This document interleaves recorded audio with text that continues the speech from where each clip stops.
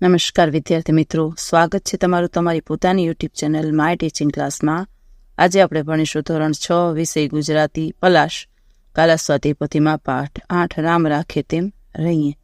ચાલો વિદ્યાર્થી મિત્રો, પ્રશ્ન નંબર 1 ચાલુ કરીશું. દરેક પ્રશ્નના ઉત્તર માટે આપેલા વિકલ્પોમાં સાચો વિકલ્પ શોધી સામે ચોરસમાં જવાબ લખો. પેલું છે આપણને કોણ રાખે તેમ રહેવું જોઈએ, તેમાં આવશે સી ઈશ્વર.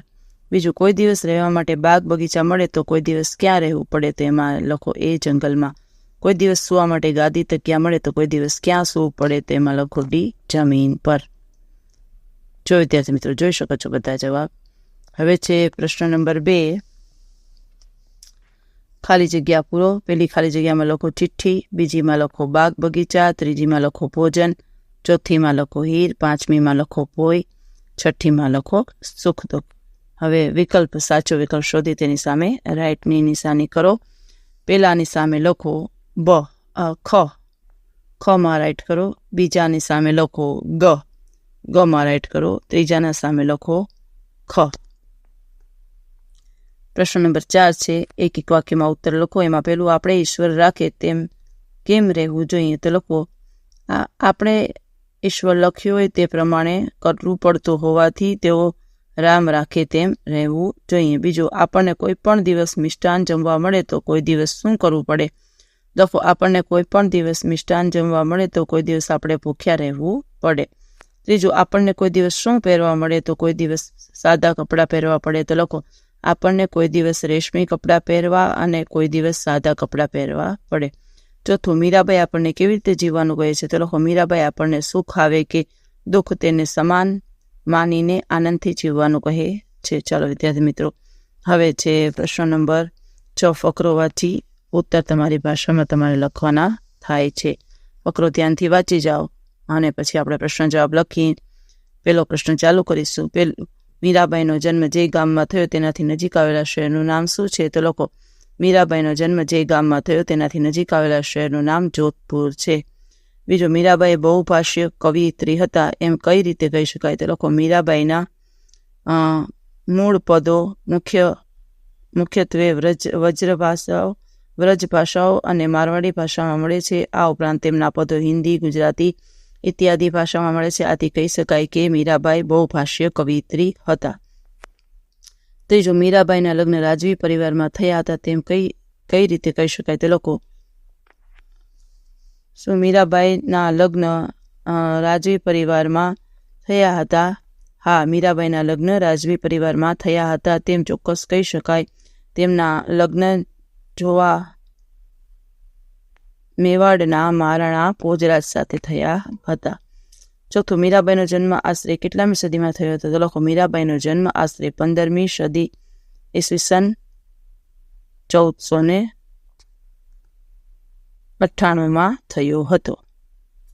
ચાલો વિદ્યાર્થી મિત્રો, પ્રશ્ન નંબર 7 છે એકમમાં તમે શીરો, પૂરી, બાગ બગીચા જેવા શબ્દો જોયા છે તે મુજબ સાથે બોલીને વિશિષ્ટ અર્થ બનતો હોય તેવા શબ્દોના જોડકા બનાવો.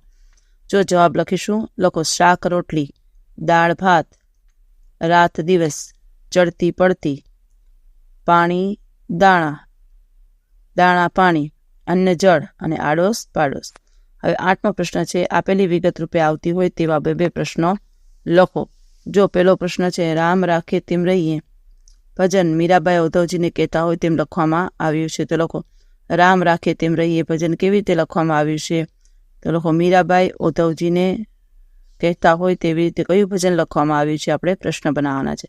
એવી જ રીતે બીજું, મીના ક્યાં અચૂક જાય છે, તો લખો મીના ઘરની નજીકમાં શું આવેલું છે, મીનાના ઘરની નજીકમાં શું આવેલું છે. ત્રીજું, દીના આજે કેમ ભૂખ્યા રહેવાની છે, તો લખો બીજું દીનાને ઉપવાસ હોવાથી તે શું કરવાની છે. ચોથું, કૃષ્ણને ગિરિધર કેમ કહેવામાં આવે છે, તો બીજું લખો કૃષ્ણ ગોવર્ધન પર્વત ઊંચક્યો હોવાથી તેમને શું કહેવામાં આવે છે. હવે પ્રશ્ન નંબર 9 છે લીટી કરેલા પદના સ્થાને કૌંસમાં થી તેના જેવા અર્થવાળા શબ્દ યોજી વાક્ય ફરીથી લખવાનું છે. જુઓ જવાબ બોલું છું. પહેલું, કેટલાક માણસોને રેશમના ચીર પહેરવા મળે છે. બીજું, કેટલાક લોકોને ભોજનમાં મિષ્ટાન જ ગમે છે. ત્રીજું, કેટલાક પોતાના પ્રાસાદમાં રહેતા હોય છે. ચોથું, તકિયાને ટેકો લઈને બેસવાની મજા પડે. ચાલો હવે શબ્દનો ઉપયોગ કરી વાક્ય બનાવો. જીવનમાં તડકી છાયડી. તડકી છાયડી જીવનમાં આવ્યા કરે છે. પછી બીજું, કાયમ અને રાત દિવસ. તો રાત દિવસ કાયમ જીવનમાં પ્રભુનું નામ સ્મરણ કરવું. પછી ત્રીજાનો જવાબ લોકો, સુકાળ દુકાળનો ચક્ર વર્ષો વર્ષ ચાલ્યા કરવાનું છે. ચોથું, ટાઢ તડકો ઘડી ઘડી વારાફરતી બદલાયા કરે છે. પાંચમું, જીવનનો માર્ગ હંમેશા ખાડા ટેકરાવાળો હોય છે. હવે 11મો પ્રશ્ન, શબ્દોના અર્થ લખો ને વાક્ય પ્રયોગ કરો. પેલું છે સજ્જન, તો ખાનદાન કે સદાચારી માણસ, અને દુર્જન તો કે ખરાબ માણસ. હવે વાક્ય લખો. સજ્જન ક્યારેય કોઈનું અહિત કરતો નથી. અને વાક્યમાં લખો નીચે, દુર્જન હંમેશા બીજાનું અહિત કરવાના વિચારોમાં હોય છે. હવે બીજું સ્વપ્ન, તો ઊંઘમાં ભાસતો દેખાવ, અને દુઃસ્વપ્ન તો કે ખરાબ સ્વપ્ન, ઊંઘમાં ભાસતો ડરામણો દેખાવ. હવે વાક્ય લખો. ઘણા પુરાવાનો તેમના સ્વપ્ન પૂરા કરવા રાત દિવસ મહેનત કરતા હોય છે. હવે એના પછીનું લખો. બાના ભાઈએ મોટા ભાઈ સાથે કહેલી છેતરપિંડી કોઈ દુઃસ્વપ્ન જેવી છે. ત્રીજું સુકાળ, તો કે સારા પાકનું સજાય, અને દુકાળ તો કે અનાજ ઘાસ વગેરેની તંગીનો સમય, અને આમાં સારા પાકનો સમય. વાક્ય, આ વર્ષ સારો વરસાદ થયો, દેશ માટે સુકાળ આવ્યો છે. વાક્ય, છેલ્લા 2 વર્ષોથી દેશમાં ચાલતા દુકાળને કારણે લોકોને ભૂખા મરવાનો સામનો કરવો પડે છે. હવે ચોથું, સદગુણ, તો એમાં લખો સારો ગુણ, અને દુર્ગુણ તો કે ખરાબ ગુણ. તો લખો વાક્ય, બીજાને મદદરૂપ થવાની ભાવનાને સદગુણ કહે છે. અને પછીનો, મારા ભાઈમાં એક જ દુર્ગુણ છે, તે વાતે ગુસ્સે થઈ જાય છે. હવે સબળ, તો કે બળવાન, અને દુર્બળ તો કે કમજોર અથવા દુબળો.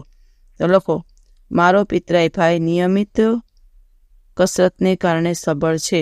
અને પછીનું લખો, મારી દાદીમાં બીમારીને કારણે ઘણા દુર્બળ થઈ ગયા છે. ચાલો હવે છે પહેરવું ને પહેરવા શબ્દ બન્યો છે, તો ધ્યાનમાં લઈ વા પ્રત્યે લગાડી ક્રિયાત્મક શબ્દોને ફરીથી લખો. લખવું, તો કે લખવા. સુવા, ઓઢવું, ઓઢવા. જવું, જવા. બોલવું, બોલવા. દોડવું, દોડવા. જોવું, જોવા. ગાવું, ગાવા. તરવું, તરવા. પછીનો પ્રશ્ન છે 13મો, જોડણી સુધારો. પહેલામાં લખો ચિઠ્ઠી, પછી બાગ બગીચા, પછી જંગલ, ગાદી અને ગિરિધર. પછી સમાનાર્થી શબ્દમાં લખો. પહેલામાં જંગલ તો અરણ્ય અને વન. ચીર તો કે વસ્ત્ર અને કપડું. ભોય તો કે જમીન અને ભૂમિ. સર્વે તો કે બધા અને સકળ. ચાલો 15મો, વર્ણ સામ્ય ધરાવતા શબ્દોના અર્થ. દિન તો કે દિવસ, અને દિન તો ગરીબ. ચીર તો કે વસ્ત્ર, અને ચીર તો લાંબુ સમય માટે.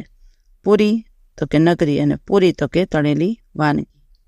ચાલો શબ્દ સમૂહ માટે એક શબ્દ. ગિરીને ધારણ કરનાર તો કે ગિરધર. કહેવામાં આવે તેમ ચૂપચાપ અમન કરનાર તો કે ચાકર. આ શબ્દકોશ લખો વિદ્યાર્થી મિત્રો. પેલું આવશે ગાદી, પછી ચાકર, પછી ચિઠ્ઠી, પછી તકિયો, દિન અને પ્રભુ. જો વિદ્યાર્થી મિત્રો અહીં પાઠ પૂરો થાય છે.